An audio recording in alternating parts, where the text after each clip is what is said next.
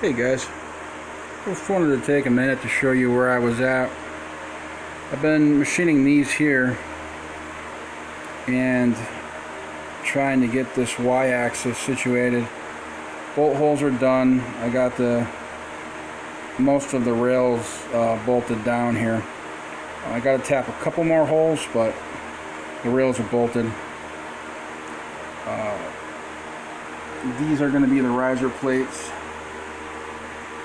Will be a piece of metal that goes across this that will accept this here, you know, so when this turns it will move this.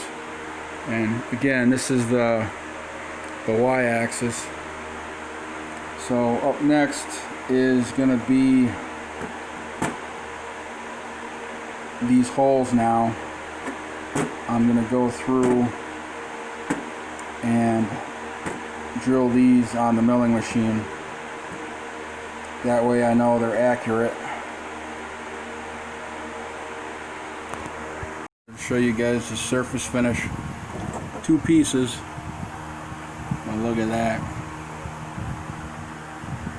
Can't even see that seam, well, hardly.